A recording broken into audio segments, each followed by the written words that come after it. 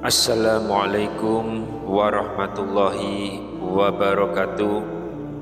Innal hamdalillah wassalatu wassalamu ala Rasulillah Sayyidina Muhammad ibni Abdillah wa ala alihi wa sahbihi wa mawalah, amma ba'du.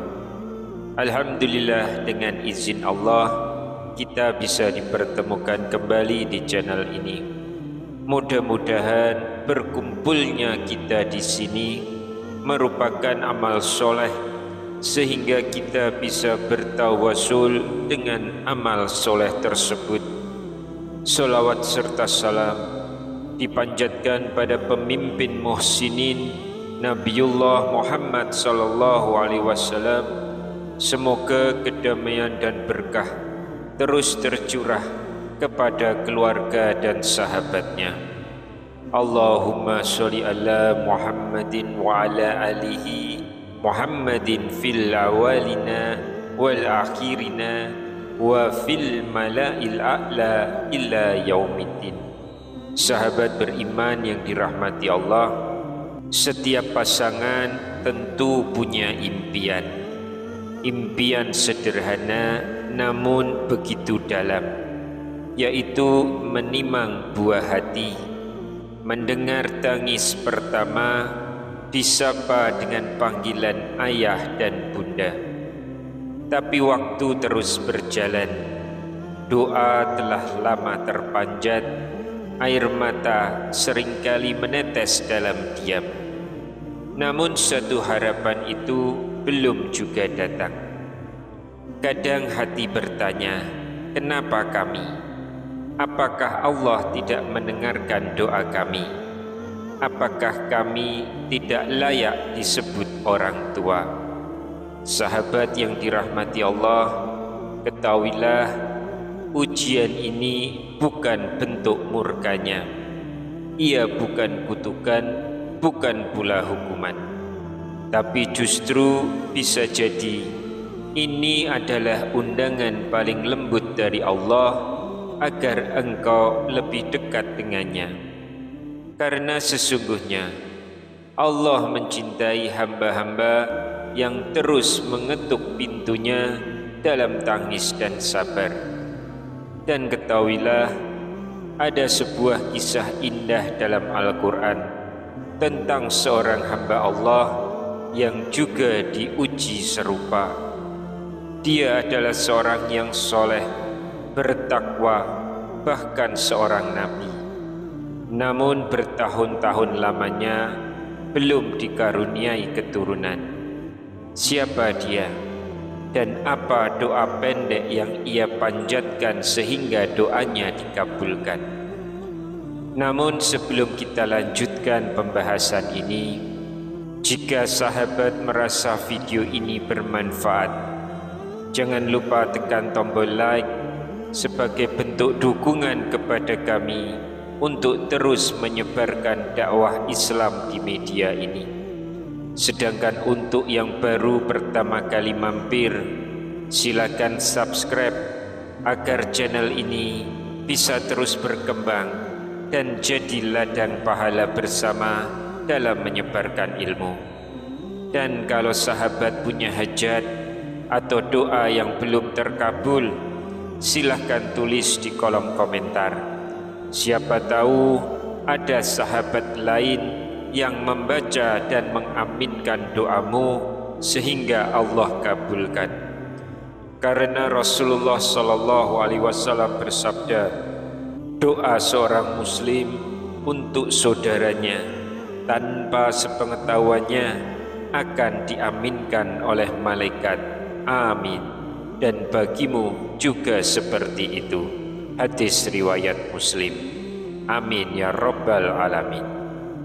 Sahabat beriman yang dirahmati Allah, dalam hidup ini kita semua pernah berada di titik lemah, titik di mana logika tak lagi mampu menjawab. Saat ikhtiar manusia terasa seperti tak membuahkan hasil. Namun justru di sanalah doa menjadi senjata paling ampuh. Doa bukan sekedar pengisi waktu luang. Doa adalah senjata utama bagi orang-orang beriman. Terlebih saat menghadapi hal yang secara manusiawi terasa mustahil. Salah satu kisah terindah tentang kekuatan doa adalah kisah Nabi Zakaria alaihissalam. Di usianya yang sudah sangat tua, dengan istri yang divonis mandul, beliau tetap datang kepada Allah, bukan dengan keluhan, tapi dengan harapan. Allah mengabadikan doanya. Wa Zakaria iznada rabbahu rabbi la tazarni farda wa anta khairul warisin. Dan ingatlah Zakaria ketika ia berdoa kepada Tuhannya, ya Tuhanku, janganlah engkau membiarkan aku hidup seorang diri, dan engkaulah sebaik-baik yang mewarisi. Quran Surat Al-Anbiya ayat 89. Bayangkan, di usia yang tua, dalam kondisi fisik yang melemah, namun beliau tidak menyerah.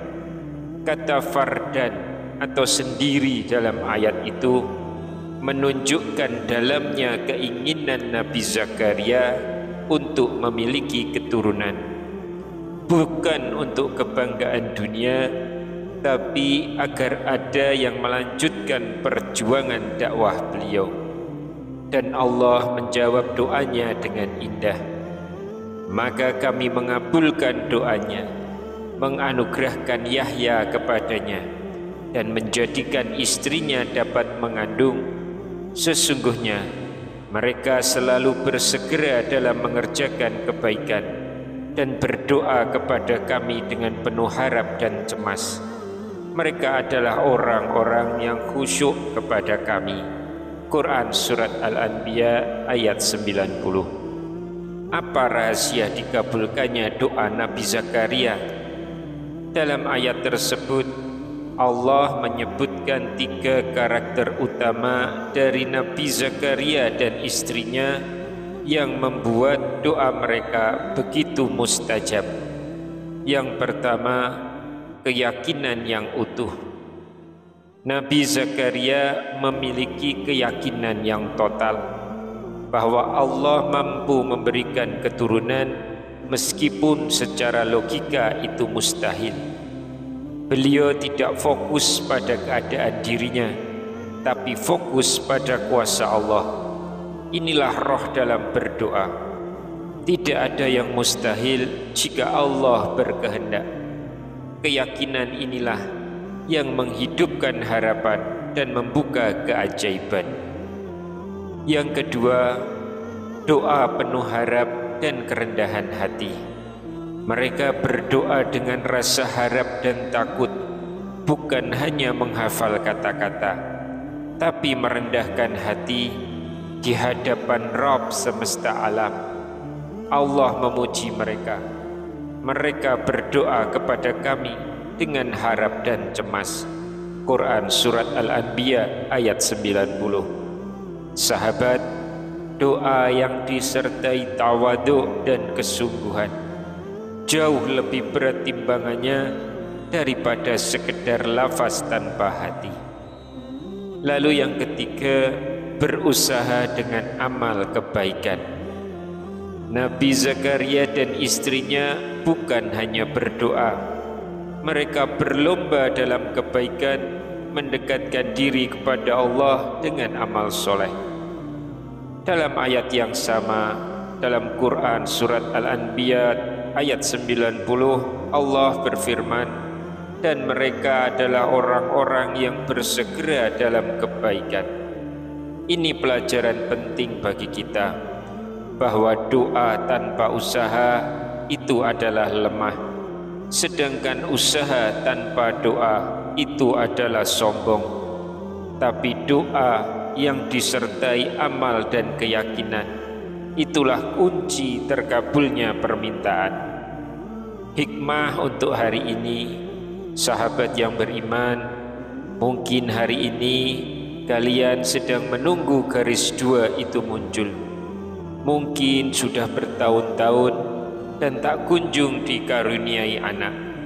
Mungkin dokter berkata tidak mungkin.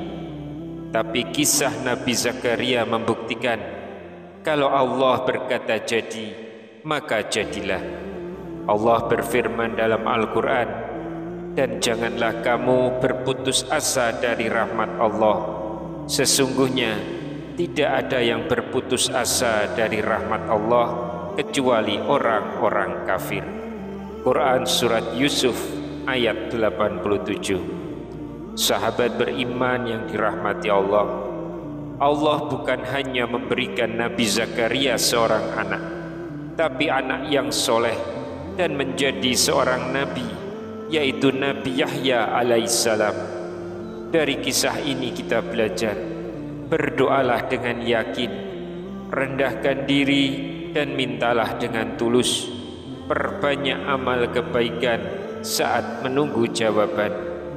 Dan yang terpenting, jangan pernah bilang mustahil selama Allah masih membuka pintu langit untuk doamu. Wallahu a'lam bishawab. Demikian yang bisa saya sampaikan. Semoga kisah ini menjadi cahaya harapan bagi siapapun yang sedang menanti. Teruslah berdoa, teruslah beramal. Allah Maha mendengar. Amin ya rabbal alamin. Wassalamualaikum warahmatullahi wabarakatuh.